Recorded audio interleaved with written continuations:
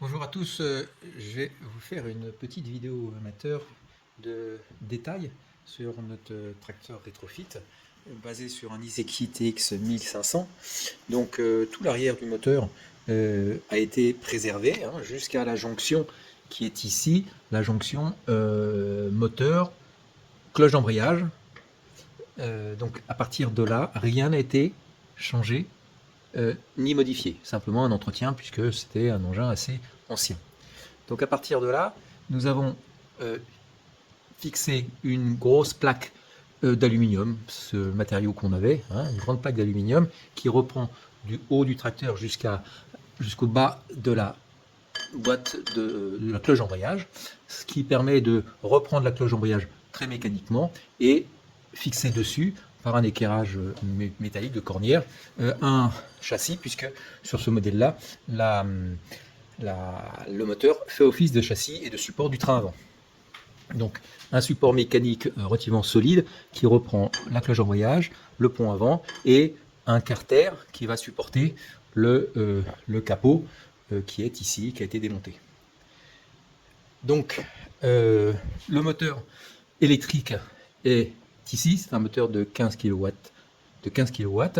refroidi par eau, sur lequel il y a une toute petite pompe à eau et un petit radiateur qui permet de refroidir l'intérieur du moteur à travers une petite série de ventilateurs.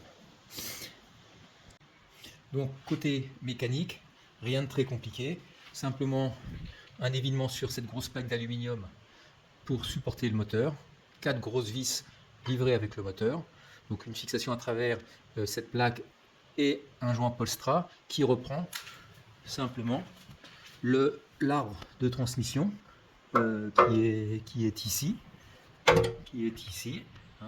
On a simplement repris l'arbre de transmission entre la boîte de vitesse côté droit et le moteur. On a simplement fait un ajustement du joint Polstra et du moteur. Côté électrique, la partie supérieure est occupée par 16 batteries 280 ampères en 1C, muni d'un BMS DALI qui nous permet de contrôler les courants de charge et de décharge. Un jeu de fusibles traditionnels et évidemment un contrôleur livré avec le kit qui permet de transformer donc le courant continu en triphasé variable. Côté commande du moteur, un simple levier ici permet d'accélérer. Là, il n'y a pas la jonction entre l'accélérateur, je suis en train de le refaire. Simplement un lien ici qui relie le potentiomètre à la manette d'origine.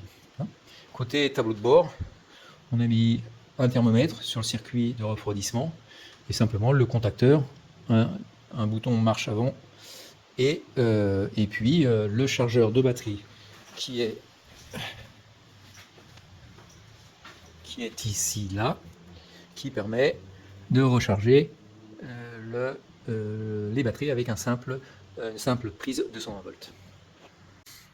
Côté hydraulique maintenant, nous avons inséré sous les batteries et entre le châssis une pompe hydraulique 48 volts, je crois, oui, 48 volts, qui permet de reprendre l'hydraulique d'origine par un simple flexible ici, et la reprise sur l'arrière de la boîte de vitesse sur la partie hydraulique d'origine. La commande de cette partie-là se fait par un interrupteur que je viens de perdre, que je cherche. Qui est où? J'ai perdu l'interrupteur. Voilà, qui est simplement là, qui est adhésif, up-down, qui permet de monter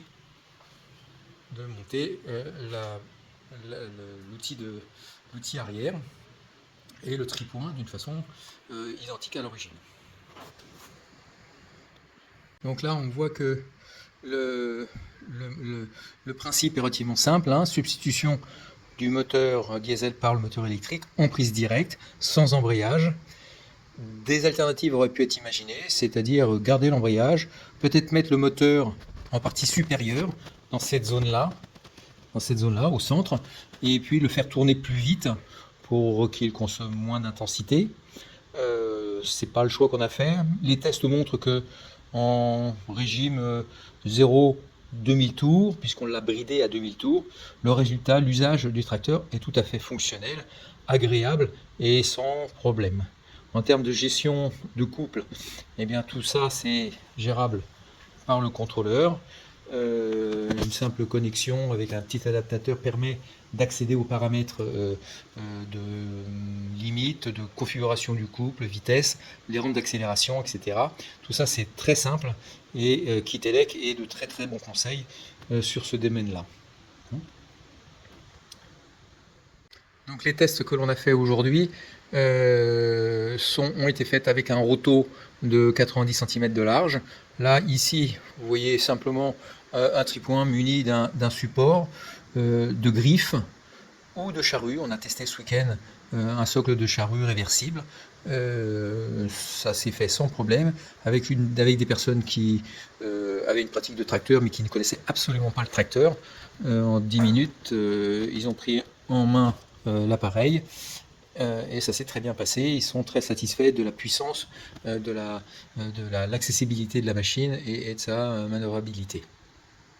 En termes de contrôle, excepté le thermomètre qui ne bouge pas, on a simplement, pour vérifier l'état de charge des batteries, une interface fournie par le DALI sur nos téléphones. On a simplement l'état de charge, la consommation en kilowatts restant et les paramètres de limite de courant, un disjoncteur électronique qui limite l'intensité, donc le couple transmis sur l'arrière. Il faut savoir que les premiers essais ont été un petit peu désastreux pour notre boîte de vitesse, le couple étant tellement important qu'on a cassé les pignons de la boîte de transfert, d'où l'intérêt de bien contrôler la puissance absorbée, de limiter le couple au niveau du contrôleur, et on a même limité le couple sur la prise de force à travers un couple mobile à friction qui permet à toute fin utile de désembrayer la mécanique